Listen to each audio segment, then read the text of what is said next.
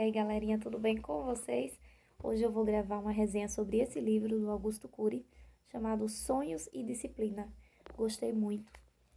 É um livro super fininho, fácil da pessoa ler, apenas 63 páginas. Então você lê rapidinho ali em uma semana. E olha que eu sou vagarosa, né? Então uma pessoa que realmente tem o hábito de praticar a leitura vai ler aí em 3 dias, no máximo.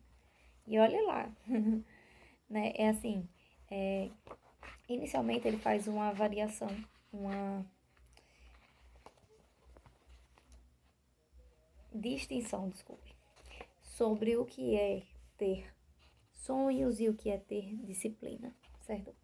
Ele fala que ter disciplina é ter garra, determinação, é ter uma rotina saudável para trabalhar, dormir, ter lazer, viver, é aprender a fazer escolhas, sabendo que essas escolhas implicam em perdas, é dormir o suficiente para repor as energias física e psíquica gastas no dia anterior, isso é disciplina. E sonhos é você elaborar projetos de vida que controlam a sua emoção, é planejar o seu futuro, compreender que sonhos sem disciplina produzem pessoas frustradas e disciplina sem sonhos produz automatos que só obedecem a ordens. E aí ele fala que a nossa mente ela é como se fosse uma aeronave e nós somos os pilotos dessa aeronave. E aí ele faz alguns questionamentos. Você confiaria entrar num avião em que o piloto tivesse tomado ali 2 taças de vinho, né? E não tivesse muita experiência, você confiaria? Não confiaria, né? A sua vida nem a de alguém da sua família. Aí ele fala aqui sobre a gente desenvolver o nosso eu, né? Para poder ter sonhos e disciplina. E que se estudarmos o papel do nosso eu e potencializarmos suas habilidades, teremos mais possibilidades de reciclar nossa história. Teremos menos necessidade de evidência social e mais necessidade de contemplar as coisas simples.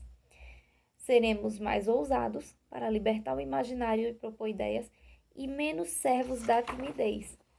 Aí ele fala um pouquinho sobre o eu imaturo e depois ele passa a contar a história dele, já pulando aqui um pedacinho, certo? Ele fala sobre a história dele. E é interessante porque ele é médico, ele é um psiquiatra, ele é um palestrante renomado. Então a gente acaba pensando, na vida dele só sucesso. Eu tinha essa visão. Augusto Cury, muitos livros. É o psiquiatra mais lido do mundo, né? Ele pelo menos diz isso no livro dele. E realmente eu vejo muitos livros dele. O pessoal fala muito bem dos livros dele. E eu tinha essa curiosidade de ler algum desses livros. E aí eu tinha essa visão de que a vida dele foi só sucesso. Mas segundo o que ele conta no livro, não foi bem assim. Ele não era uma pessoa que estudou em escolas de alto nível. Pelo contrário, ele estudou em escolas públicas de nível mediano, digamos assim.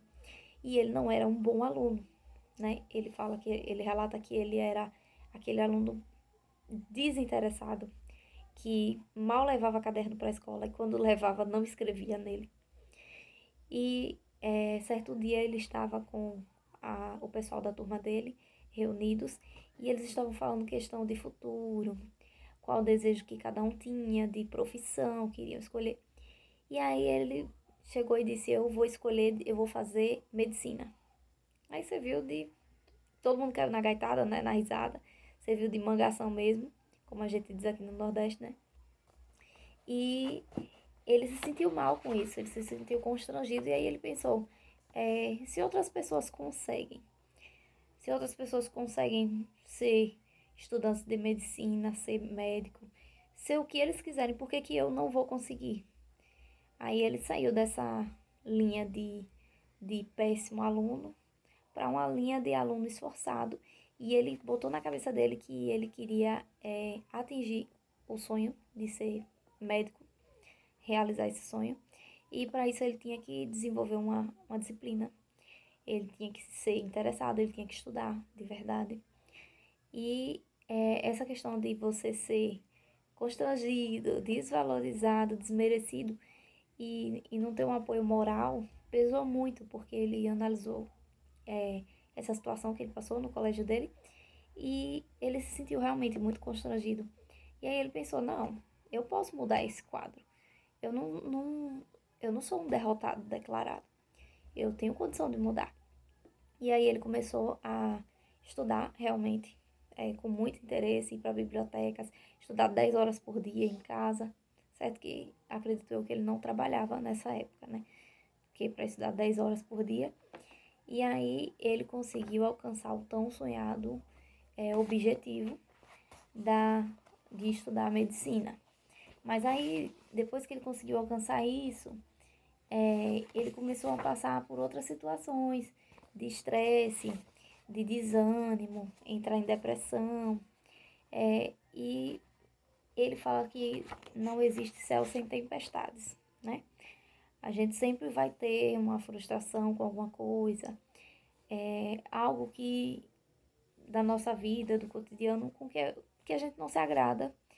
E para você realizar o seu sonho, você tem que não só ter a disciplina, como você tem que ter resiliência, para você saber lidar com as frustrações, para você saber ser gentil com as outras pessoas, mesmo quando você está chateado ou quando você foi maltratado por alguém. Ele fala muito disso, inclusive dá o exemplo de Jesus, quando Jesus estava na sua última noite, né, que ele resolveu cear com os seus discípulos, ele estava aflito.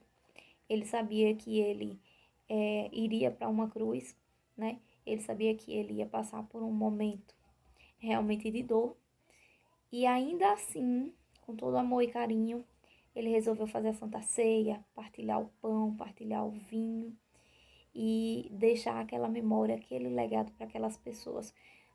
Lavou os pés dos discípulos. Ele poderia estar assim,